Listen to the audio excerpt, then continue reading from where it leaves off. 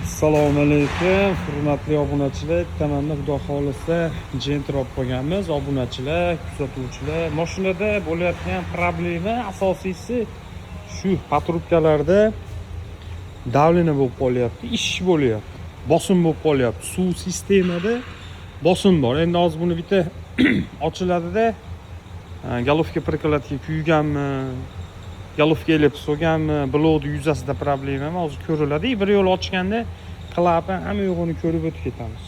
Muammo shunda. Bitta yurgizib qo'ymaysiz aka. Bitta eshitaylik, ishlashini ko'raylik. Benzinda ishlashi yaxshi mashina. Endi hozir motor sovuq. Buni gazga o'tish uchun mashinani ichiga qizdirib olish kerak. Ularni ochgandan keyin polni bitta zazor, pazor hamma yo'g'ini ko'ramiz. O'chironi. Kuzatishda davom etib tursanglar, kasallarini polni xudo xolasa aytamiz.